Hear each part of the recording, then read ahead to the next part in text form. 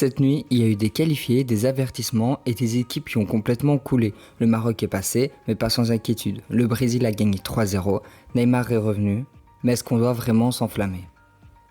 Salut les gars, c'est Lucas Footlab. On se retrouve aujourd'hui pour une nouvelle vidéo débrief des matchs qui ont eu lieu hier soir. Pas hier soir, cette nuit, pardon. Donc on va débriefer Maroc-Haïti, Écosse-Brésil, Tchéquie-Mexique et Afrique du Sud, Corée du Sud. Cette nuit, on a eu des qualifiés, on a eu des avertissements, on a eu de l'émotion aussi, notamment avec le retour de Neymar. Et on a aussi eu quelques équipes qui ont franchement montré leurs limites. Le Maroc gagne 4-2 contre Haïti, mais se fait peur car ils ont été menés 2 fois. Le Brésil tape l'Écosse 3-0, retour de Neymar. Vinicius impeccable, il continue de marquer, il fait un gros match. Mais attention, le score est plus propre que le contenu. L'Afrique du Sud bat la Corée du Sud 1-0 et signe une qualification historique. Je suis très déçu de la Corée du Sud et agréablement surpris de l'Afrique du Sud que je voyais faire un meilleur début que ce qu'elle faisait. Le Mexique termine le travail contre une Tchéquie faible qui aura complètement raté son groupe, raté son mondial et qui repartira au pays comme si de rien n'était. Aujourd'hui, on va faire le débrief de ces 4 matchs. Pas de manière égale parce que tous les matchs n'ont pas la même importance. Gros sujet d'abord, le Maroc, ensuite le Brésil et puis on verra l'Afrique du Sud et enfin on terminera par le Mexique puisque tout était déjà réglé d'avance. Avant de commencer, si la vidéo vous plaît, si le contenu vous plaît, n'hésitez pas à liker, commenter et vous abonner, ça fait plaisir et ça aide à soutenir la chaîne. Et nous on y va maintenant avec le premier match, Maroc-Haïti. Donc on commence par le Maroc. Parce que c'est clairement le match le plus intéressant à analyser pour moi. Parce que oui, le Maroc a gagné, ils sont qualifiés, ils ont fait le taf, ils ont terminé invaincus même de ce groupe. Mais ce match contre Haïti ne doit pas être balayé d'un simple « c'est bon, ils ont fait le travail ». Pour une raison plutôt simple, parce que le Maroc s'est fait mener 2 fois. 2 fois par Haïti. Et même si Haïti a montré un très beau visage, même si cette équipe a joué avec beaucoup de courage, de générosité et d'envie, d'ailleurs Haïti m'a agréablement surpris, je trouve qu'ils ont vraiment montré de bonnes choses, c'est pas normal pour le Maroc, avec son statut, de se retrouver autant en difficulté dans un match qui pouvait encore compter pour la première place du groupe. Le vrai problème, ce n'est pas seulement le score. Le vrai problème, c'est que le match a montré que la profondeur de l'effectif marocain est vraiment limitée. Avec seulement quelques changements, il me semble qu'il n'y en a eu que 4 dans l'effectif de base. L'équilibre collectif du Maroc a été complètement cassé. Les remplaçants n'ont pas su apporter, n'ont pas su marquer des points, et ils ont été très décevants. Et certains joueurs ont même fait très mal au rythme de l'équipe. El Kouabi a eu beaucoup de mal. Il a semblé à contre-temps, trop lent dans ses gestes, pas assez connecté au jeu. Amrabat a récupéré des ballons, oui mais avec trop de déchets. Salah Eddine a souffert de son côté. Et Brahim, lui, il y a quelque chose à dire. Il doit aussi être pointé. Pas parce qu'il a été foncièrement mauvais, en plus c'est quelqu'un qui est talentueux et qui a une importance dans cet effectif, mais plutôt parce que dans ce match, il a souvent joué avec trop de suffisance, trop de nonchalance, il a eu trop de déchets, pas assez de justesse dans le tempo, il jouait parfois à contre-temps, et parfois tu sentais un joueur qui était vraiment nonchalant dans le sens où il jouait avec supériorité. Et ça, il faut pas. Parce que quand tu joues avec supériorité, tu peux complètement te foirer. Et alors que si tu restes concentré, tu peux plus rester dans ton match et faire un gros match. En étant dans cet état d'esprit, tu ne peux pas jouer correctement. Et donc c'est important de le notifier pour que Brahim puisse jouer mieux à l'avenir. Et donc c'est là que le Maroc doit faire attention. En phase de poule, tu peux survivre à ce genre de match. En 16e de finale, ça se complique. En 8e encore plus. Et plus tu avances, et plus ça va devenir compliqué. Mais il ne faut pas non plus tomber dans un excès. Ce match, c'est pas une catastrophe. Il y a des vrais points positifs. Le premier point positif, c'est la réaction mentale. Parce que le Maroc a été mené 2 fois, mais le Maroc n'a pas explosé. L'équipe a continué de pousser, revenir, à reprendre le contrôle. Et dans une Coupe du Monde, ce genre de scénario, ça compte. Parce qu'en phase de poule, le Maroc a vécu tous les types de scénarios possibles. Gérer un avantage, être accroché, être mené, devoir revenir. Et mentalement, ça peut préparer une équipe à la suite. Parce que tu avais déjà vu que tous les scénarios étaient possibles et que tu pouvais tout gagner. Ou en tout cas, ne pas tout perdre. Donc, le bilan du Maroc, il est double. D'un côté, tu as la qualification, l'invincibilité. Ça fait 2 coupes du monde d'affilée où ils sortent des groupes en étant invincibles. Le caractère et la capacité à réagir.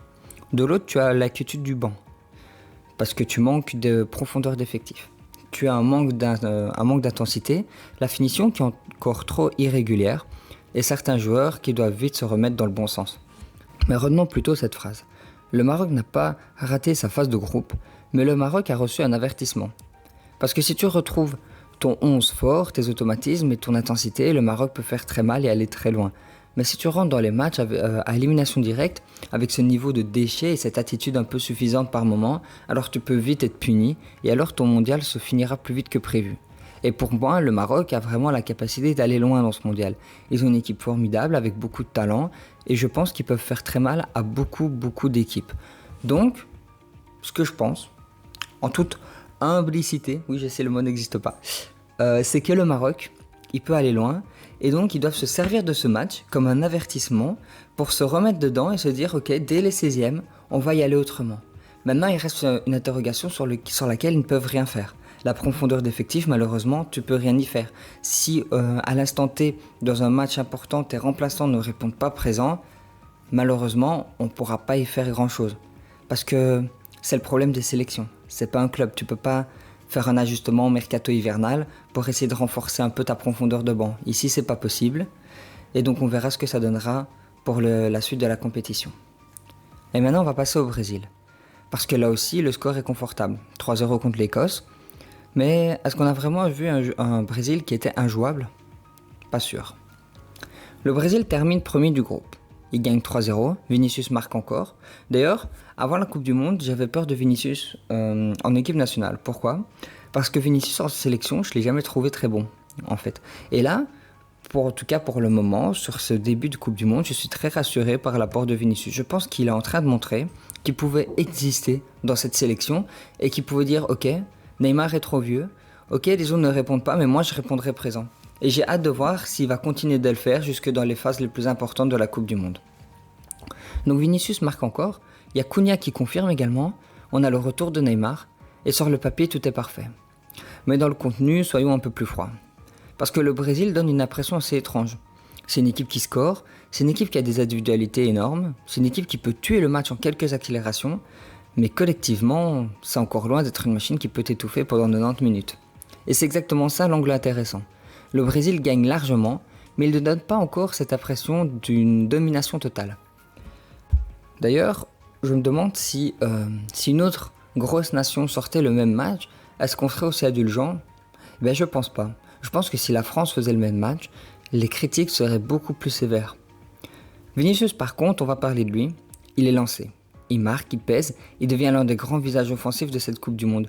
Et le Brésil a besoin de cette force-là. Parce que même quand le collectif n'est pas parfait, tu as des joueurs capables de faire basculer ce match. Et ça a toujours été le cas. Il y a eu plusieurs tournois où le Brésil n'était pas bon, le Brésil n'avait pas une grosse équipe, mais tu avais Neymar. Et Neymar relevait l'équipe, toujours. Donc maintenant que Neymar n'est plus en état de le faire, il te faut un autre joueur qui est capable de relever le niveau global de cette équipe. C'est très important pour le Brésil. Cunha a aussi été très intéressant. Il a pris une vraie place dans cette attaque, et c'est pas forcément le nom le plus glamour au départ, mais dans ce groupe, il marque, il répond, il apporte quelque chose, et dans cette compétition courte, ce genre de joueur devient très précieux, parce qu'il faut se baser sur le momentum. En plus, Rafinha est blessé. À l'heure actuelle, il me semble qu'on ne sait pas encore pour combien de temps, ou alors j'ai pas vu passer l'info, au moment où je tourne la vidéo en tout cas. Puis évidemment, on va parler de Neymar. Son retour, c'est un événement. Moi, je pense que Neymar, c'est le joueur qui m'a le plus choqué. Alors je suis pas un ancien, je suis né en 2003, et de tout ce que je me souviens, oui c'est vrai que, non j'exagère, je pense que Messi m'a le plus choqué, mais Neymar, je sais pas, j'ai toujours une affinité particulière avec Neymar. Moi ce gars m'a toujours, je sais pas comment dire, mais je regardais jamais la Ligue 1 petit, et puis Neymar est parti au PSG, je me suis mis à la regarder juste pour lui. C'est ce genre de joueur qui te fait regarder n'importe quel championnat. Bon, évidemment, en Arabie Saoudite, il ne jouait pas, il était plus à fond, etc. Mais si Neymar était à 100%, je suis sûr qu'on serait beaucoup à regarder le championnat brésilien ou le championnat d'Arabie Saoudite s'il y était encore. Maintenant, le problème, c'est qu'il joue plus beaucoup, en tout cas, et qu'il subit beaucoup de blessures. Mais pour moi, Neymar, ça a vraiment un gros côté émotionnel. Et donc, le revoir jouer, pour moi, c'est super important. Et oui, son retour, les gars, c'est un événement. Parce qu'il n'y a pas besoin d'en faire trop, pas besoin de dire qu'il va automatiquement redevenir Neymar Prime, non c'est vrai, mais émotionnellement c'est fort les gars.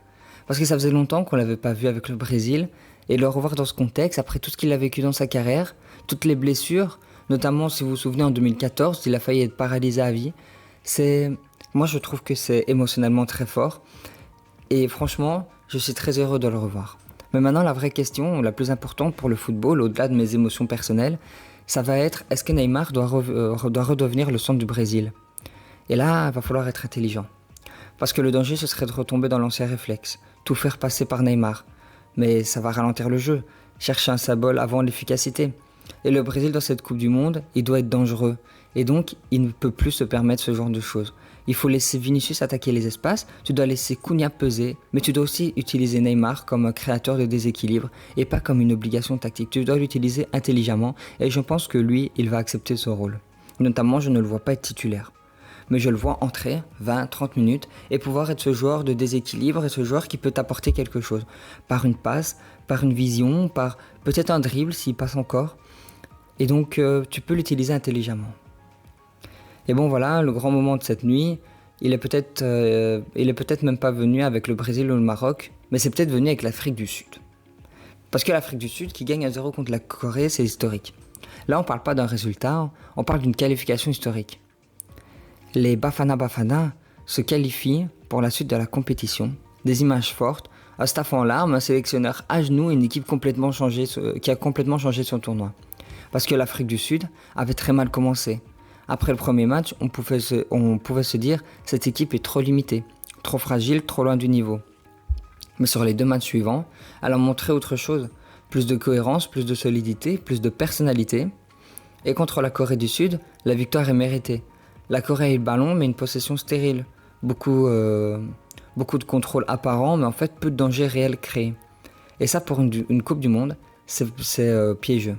Parce que si tu as le contrôle, mais que tu ne punis pas, en fait, tu ne mets jamais l'équipe adverse en grande difficulté. Et l'Afrique du Sud, pour elle, c'est absolument pas un problème de rester en bloc bas. Bon, pour la Corée du Sud, c'est plus dur.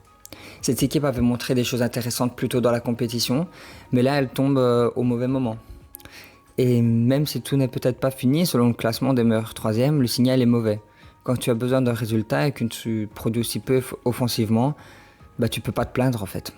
Au final, tu n'as que ce que tu as cherché, c'est-à-dire pas grand-chose. L'Afrique du Sud, elle arrive en 16e avec une dynamique. Pas du tout comme favori, mais avec une dynamique positive. Et elle croit en son histoire. Et parfois, dans une compétition, ça peut être très très dangereux. Dernier match, on va faire court. Mexique contre Tchéquie. Et là, il n'y a pas grand-chose à dire en fait. C'était très simple. Le Mexique gagne 3-0 contre la Tchéquie. Résultat net, qualification propre en phase de groupe. Le vrai sujet, c'est peut-être plus la Tchéquie que le Mexique, parce que le Mexique, eux, ils font le taf et il n'y a rien à dire. Mais la Tchéquie, c'est une grosse déception. Moi, je les attendais comme une équipe difficile à jouer, physique, expérimentée, des joueurs capables d'exister dans les duels, les coups de pied arrêtés, les temps faibles, une équipe qui pouvait défendre très bas, mais défendre solidement. Et au final, non. C'est une équipe qui défendait bas et qui nous faisait un harambol, mais un harambol complètement inefficace. Inefficace, des longs ballons perdus, l'équipe la moins agréable à avoir joué du tournoi. Non, franchement, je suis extrêmement déçu de cette équipe. Mais au final, elle a été trop pauvre, trop lente et trop irrégulière, donc elle mérite son élimination. Et j'ai pas grand chose de plus à dire. Donc voilà, c'est exactement ça. Le Mexique est une équipe fiable dans le groupe. Mais maintenant, la vraie question, c'est qu'est-ce que ça va donner contre plus fort? Et moi, j'ai hâte de voir ce que le Mexique pourra faire. Pour la Tchéquie, c'est sévère, tu sors. Mais au final, tu ne méritais pas mieux. Donc, on peut dire que la logique a été respectée. Pour conclure, si on doit résumer cette nuit, le Maroc est qualifié, mais il a reçu un avertissement. Le 11 fort peut viser haut, mais le banc et l'attitude de certains joueurs posent question. Notamment, si tu as des blessés, etc., ça peut rapidement se compliquer. Le Brésil termine premier. Neymar revient, Vinicius continue de briller, mais collectivement et dans le jeu, il reste encore des zones d'ombre. Cependant, je suis de plus en plus confiant pour la suite de ce Brésil. Au début, ce Brésil me faisait peur. Je me disais, ouïe aïe aïe, si ça se trouve, ils vont pas du tout s'en sortir, ça va flopper. Pour l'instant, je suis agréablement surpris. Parce que je m'attendais vraiment pas à un si bon niveau. Bien qu'on est loin du Brésil Prime, évidemment. L'Afrique du Sud signe l'histoire forte de cette nuit. Avec une qualification qui semblait presque impossible après son début de tournoi. Parce que moi, l'Afrique du Sud, au début de tournoi, elle m'a déçu. Je les voyais faire de meilleurs résultats. Et au final, elle termine en gagnant contre la Corée et se permet une qualification. Ça, c'est beau et c'est historique. Le Mexique avance proprement pendant que la Tchéquie quitte cette phase avec beaucoup trop peu de choses à retenir. La Tchéquie, comme je vous l'ai dit, m'a déçu. Et le Mexique, j'attends de voir, mais je pense qu'ils ont une équipe pas trop mauvaise. On va voir ce qu'ils vont faire dans la suite. Les 16e commencent à se dessiner.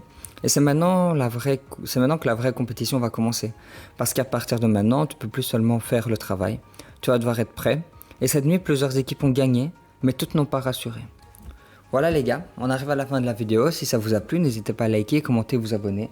Ça fait plaisir et ça aide à soutenir la chaîne. Sur ce, moi je vous dis à demain ou à très vite pour une nouvelle vidéo. Bye.